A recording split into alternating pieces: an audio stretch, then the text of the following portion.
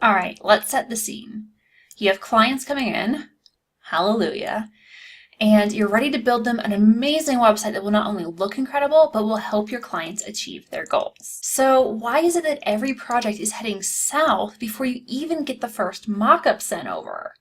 Why does every relationship seem to sour before the digital ink on the contract has even dried? And why do your clients email, call, text, and Facebook message you constantly about things you thought you explained or would just be common sense? It could be because you're onboarding your clients all wrong, or maybe you're not doing it at all. Are you making these mistakes?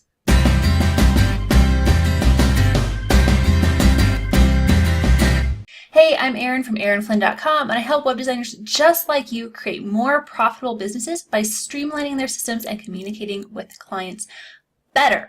Let's talk about these mistakes that many of us make in our onboarding process. Mistake number 1, not even knowing what onboarding even is or why you should be doing it. So, do you know what onboarding is? It's a term that gets used a lot, but very few people seem to actually know what it means. And here's what Google tells us that it is.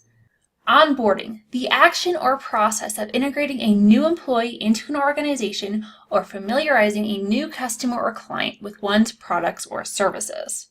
So definitely forget the employee part of that definition. For our current purposes, we are focused on onboarding clients, or rather, familiarizing them with our products and services. But I still think that definition is pretty weak. It leaves out so much. And onboarding doesn't have to stop with services. It can include things like how we work, our office hours, and what is expected of the client throughout the time we're going to work together. One of the biggest causes of the dreaded nightmare client is unset expectations. You have to remember, just because we know the process of building a website, because we do it all the time, it doesn't mean that our clients know that process.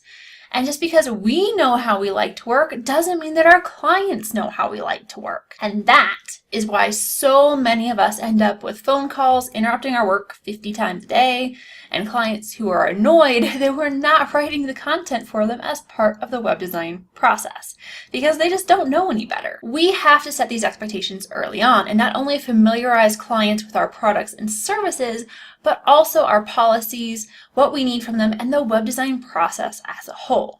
So I want you to think of onboarding as integrating and familiarizing a new client with your products, services, policies, and processes. All right, mistake number 2. How are you currently onboarding your clients? Do you have a clear process outlined, or are you making it up with every single client every single time? Now that we know what onboarding is, now that we've defined this term in a way that's going to work for us, it's easier to outline the process. So what does your potential client need to know about you, your offerings, and how you work? I want you to take some time and brainstorm the path that new clients should take in order to learn what they need to know for the project to run smoothly. It might look something like this. Step number 1, a potential client lands on your website. You explain who you work with, and your services are also clearly explained. Step number 2, the potential client fills out an inquiry form. Enough information is collected that we are able to determine whether the client is a good fit.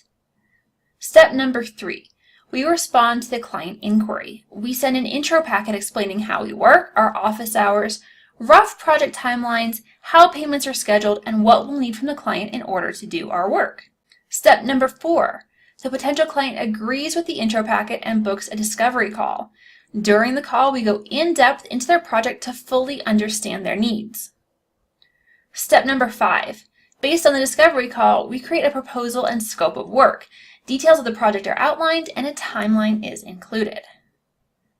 Step number 6, everyone signs a contract because things need to be legal. Step number 7, the client makes payment, which officially makes them a client. Step number 8, we send a welcome packet, which is a detailed document that teaches the client how to use our project management tool, submit content, schedule calls, and give feedback that we can actually use to make revisions. Step number 9, the client joins our project management system. Inside, they can see what we're working on, see what they've been assigned to do, and keep everything organized in one place. And step number 10, the client is on board. Work on the project can officially begin. Whew, that is a lot of steps. Believe me, I know.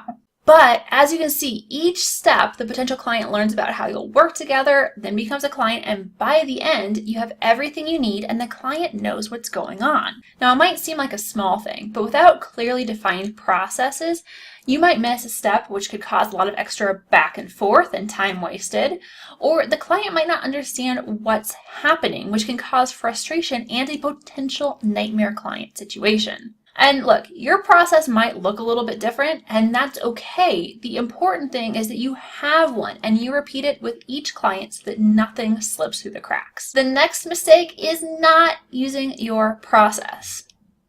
I know. Why would you go to all of the work of outlining a process and then not follow it?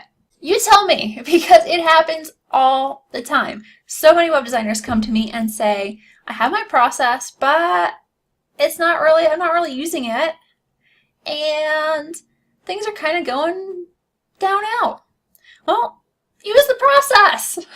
And the thing is, a lot of us get lazy, and often the first thing to go is our onboarding process. Or sometimes we get a potential client who wants to start a project really quickly, so we drop steps out of the process. But you know what happens when we do that? Chaos. Okay, maybe that's a little bit dramatic. It is definitely not chaos every single time, but more often than not, there are issues when you skip parts of the onboarding process. Clients don't know what's going on, you start doing things out of order, and before you know it, you're trying to save the project and get it back on track instead of just humming along this magical clear process road like you should have been. Once you've figured out your onboarding process, you have to stick with it. Otherwise, it doesn't do any good. Kind of like those free downloads you've been hoarding with the idea that, you'll get to them one day. Even if you need to fast track a project, you cannot skip steps with your onboarding. So, take a deep breath and get the process rolling. Do things in the proper order and allow time to get them done properly. Onboarding your clients in the right way will save you time down the road because you won't be wasting time explaining things that your client should already know, redefining the scope of work, or hiding from your phone because your client won't stop calling you. Use the process and trust the process. All right, let's wrap this up. Your clients are not mind readers. Well, unless maybe your target market is telepaths, but even then, they likely don't know what goes into making a website, how long it takes, or anything about how you work. So you have to think of onboarding as educating new and potential clients about your products, services, policies, and processes. Everything they need to know to make the project run smoothly. Without a clear onboarding process, things can happen out of order or not at all. And this can cause confusion and frustration for your clients. So you need to sit down and map out your onboarding process and be sure to include what your potential clients need to know at each stage of the project. And finally, you have to use your process or it does you no good to map out your onboarding. And then when a new client comes in, you just throw that all to the side and wing it. It doesn't do you any good. Sticking to your process will save you time in the long run and create happier clients who are more likely to refer others to you. So I want to know, have you ever made any of these mistakes? Tell us in the comments which mistake you made, or if it's multiple mistakes, tell us that, and how you corrected these mistakes. Thanks for watching.